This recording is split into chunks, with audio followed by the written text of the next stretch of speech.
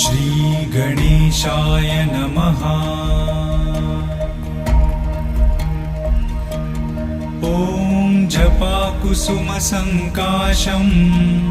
काश्यपेयं महाद्युतिं तमोरिं सर्वपापघ्नं प्रणतोऽस्मि दिवाकरम्।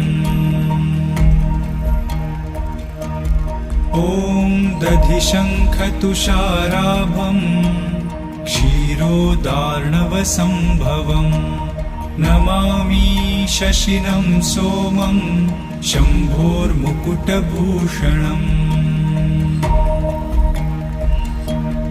ॐ धरणीगर्भसम्भूतं विद्युत्कान्तिसमप्रभम् कुमारं शक्तिहस्तं च मङ्गलं